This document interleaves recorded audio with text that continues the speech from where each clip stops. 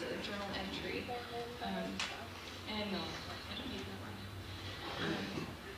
And it talks about kind of a vision that she had with our Lord, and I wanted to share it with you guys. This is dated June 22nd, 1993. Tonight was a very special night. I received my blessing from Hugh Evans. Hugh read the 23rd Psalm from the Living Bible, then offered a prayer. As he stood with his hands upon my head, my eyes were closed, and there was a good spirit with us. As Hugh began the blessing, I could see the face of Christ. As the blessing continued and Hugh was speaking of life experiences, Christ's face became shadowed and unclear. Then there was a bright light, and I saw myself walking toward it. The path I was on was uneven with sticks and rocks along the way. On either side of the path there was a dense forest. Ahead of me was a brilliant light, and behind me was total darkness. I walked on toward the light. The path led me into the meadow filled with flowers and bathed in sunlight. As I stood there, I heard a voice call my name. A figure came toward me, and for a moment I turned to go back into the forest. But again the voice called to me by my name. I turned around and I looked into the face of my Christ. There were tears in his eyes. He drew me into his arms and held me close like a father would hold his child. While he held me, I cried. Christ took my hand and led me to the stream and said to me, "My child, you are indeed my precious child. I have waited for you to seek me in this." Sorry, it got my throat. "In this place, and now you must know, I have given you a special gift, the gift to love unconditionally and without reservations. This gift will not always be easy to carry because you will be hurt, but remember I am with you through the pain. Because of your ability to love, many people will be drawn to you, people of all ages, from the very young to the very old. And because of your love for me, many people will come to know me through you. Take heed in the words of counsel, spend time in prayer and study, prepare yourself for the furtherings of my kingdom." Jesus turned away from me now and walked to the water's edge. He turned back and motioned me to join him, and he continued to speak. "As you enter the water of baptism, you're made a new covenant with me. Let it be known that I also made a covenant with you. I will never leave you. I will guide you, nurture, protect, and love you in all that you do in my name." I asked him, "If you are with me to protect me, then why did you let these things happen that have caused me such pain?" Christ answered, saying, "My dear and precious child, it was not my choice that these things happened, but the choice of the world. I saw your pain and I cried with you." Jesus took my hand and led me back to the path I came in on. He said, "Seek me often, for I am here. Go now into the world and love my people." There was a very bright light, and he was gone. At this time I could hear Hugh's words and was aware of the tears on my face. The voice I heard speaking did not come through my ears, but was a real voice, a man's voice, very soft and gentle. I know it was the Lord, the voice of my Lord. My mom, through my whole life, she loved not just her friends, but everybody she came in contact with.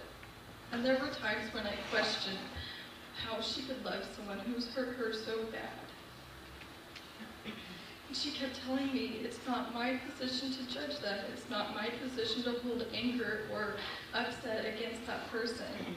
She said, "I am to love them." And even as a Christian woman, it was hard for me to grasp that, how, because some of the same people who hurt my mother hurt me also, and it's hard for me to let go of that anger. And she, even until the last day that she was able to talk to me, she continued to tell me to love. That it's not my place to hold upset against these people, that I am to love. After reading this, I understand. She was obedient to God, to what He instructed her to do. And she was an example until the very moment she took her last breath of how we are all to live. She was an amazing woman, and I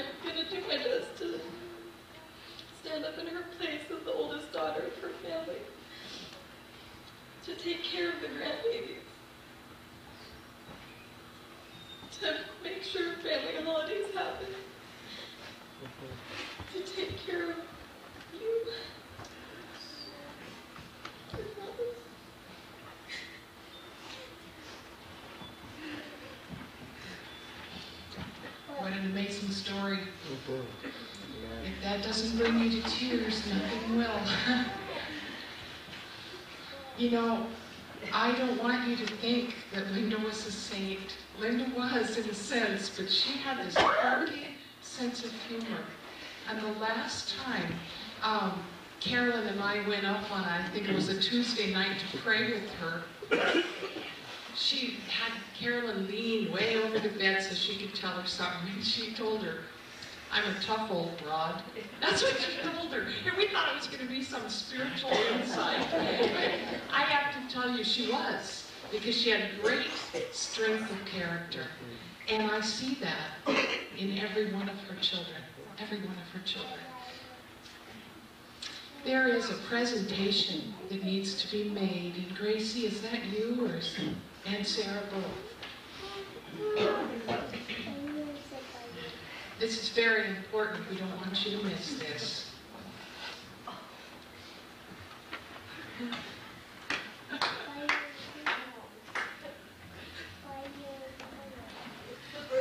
This is a hungry bird.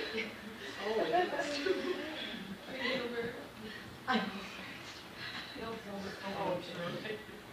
Once upon a time. Oh, Yes, go no, ahead. there's a story that must be told. Well, I hope this person is.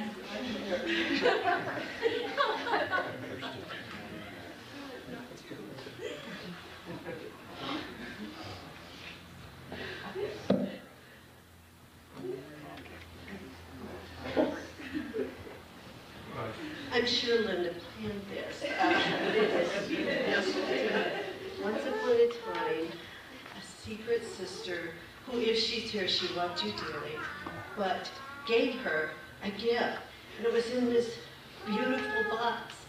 But when she came by after the meeting, she said, "We exchanged our secret gifts tonight." And I said, "You did? What?" Oh, he said, "Oh, that's a beautiful box. What did you get?"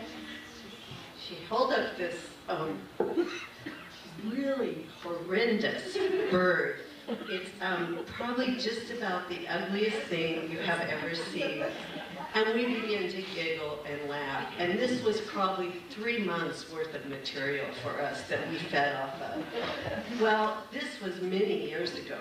And after that occasion, every time, maybe it would go 2 or 3 years and something would happen and she gave it to me for a gift. And so it was a couple of years later and something was going on in her life and I took her flowers and lo and behold, in the flowers was this. It is alive. She said it was. She gave it, we would exchange it anyway back and forth through our life. And it always brought us hysteria. It always brought us laughter. The last time she gave it to me was, well, that's not true. I gave it to her, she got married, and I took it to her, and she lifted her wedding gown, and she pinned it on her slip. Those of you who were at her wedding know that when she came out, she actually lifted her gown and showed everyone it was on her slip. And so she wore it to her wedding, and she gave it back to me on my 50th birthday. And a couple of months ago, I gave it to her, and she said that it was going to be the last time that I gave it to her. And I said, well, you keep it, because they're going to love it in heaven. But apparently they didn't accept it. Thank you, girls. She specifically wanted this done at her service. I'm not surprised. Anyone else? I wouldn't want you to miss your chance. Yes.